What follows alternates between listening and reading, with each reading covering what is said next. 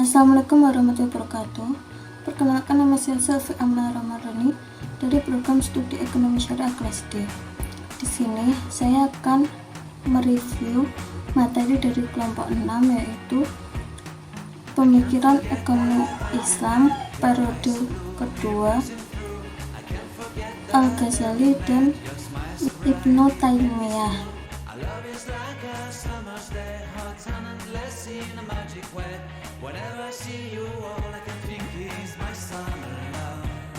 Pemikiran ekonomi Islam periode kedua dimulai pada abad 11 Masehi sampai ke abad 15 Masehi. Periode ini dikenal dengan fase yang cemerlang karena meninggalkan banyak warisan intelektual yang sangat kaya. Para cendekiawan muslim di masa lampau mencoba menemukan solusi bagaimana cara melakukan kegiatan ekonomi yang berlandaskan Al-Quran dan hadis. Namun, di sisi bersamaan, mereka juga menghadapi realitas politik yang ditandai dengan dua hal. Yang pertama yaitu integrasi pusat kekuasaan Bani Abbasiyah serta terbaginya kerajaan ke dalam beberapa kekuatan. Yang kedua yaitu maraknya korupsi di kalangan pejabat serta menurutnya moral. Kemudian kita akan membahas mengenai pemikiran ekonomi Islam menurut Al-Ghazali. Al-Ghazali memiliki nama lengkap Hujjatul Islam Abu Hamid Muhammad bin Muhammad Al-Tusi Al-Ghazali. Beliau lahir pada tahun 1058 Masehi. Al-Ghazali dikenal memiliki pemikiran yang luas dalam berbagai bidang. Pemikirannya mengenai ekonomi dibahas dalam karyanya yang berjudul Ihya al-Ulama al-Din. Di dalam karyanya tersebut dibahas mengenai beberapa hal. Yang pertama mengenai larangan menimbun uang.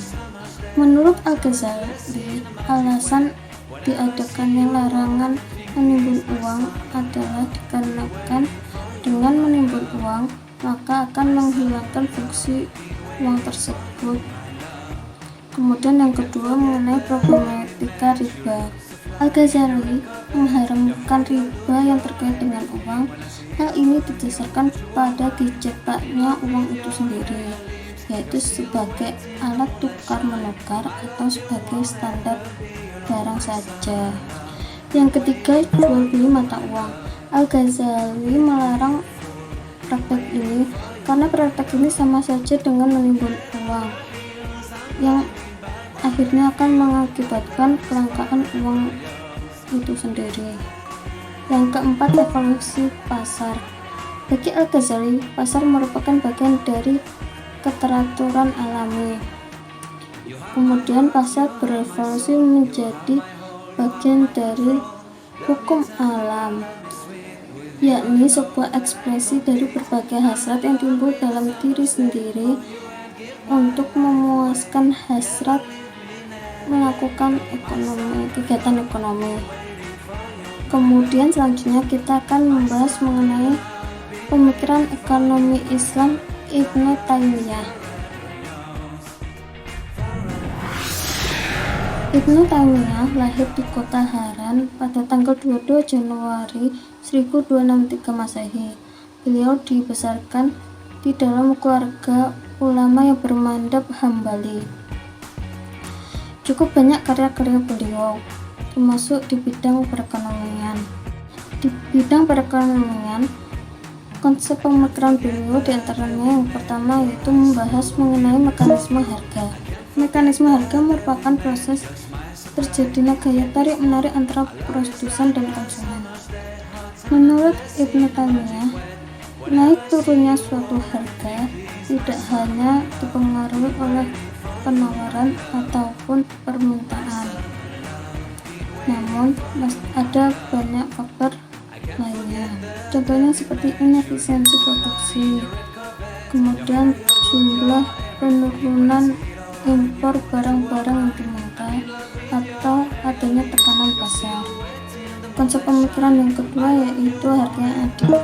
Harga yang adil akan terjadi apabila orang-orang memperjualbelikan barang-barang sesuai yang biasa dilakukan dan tidak adanya pihak yang dirugikan. Jika kemudian terjadi kenaikan harga karena kelangkaan barang-barang atau bertambahnya penduduk, maka itu semata-mata karena Allah. Kemudian yang ketiga, regulasi harga. Regulasi harga merupakan pengaturan harga atas harga barang yang dilakukan oleh pemerintah. Ibnu Taimiyah menafsirkan penolakan regulasi harga.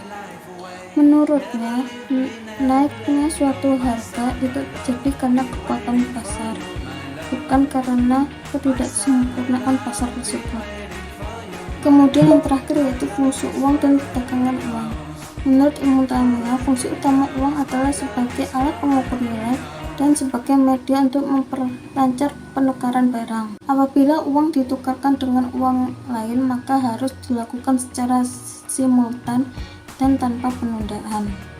Sekian review materi saya, kurang lebihnya mohon maaf. Saya akhiri. Wassalamualaikum warahmatullahi wabarakatuh.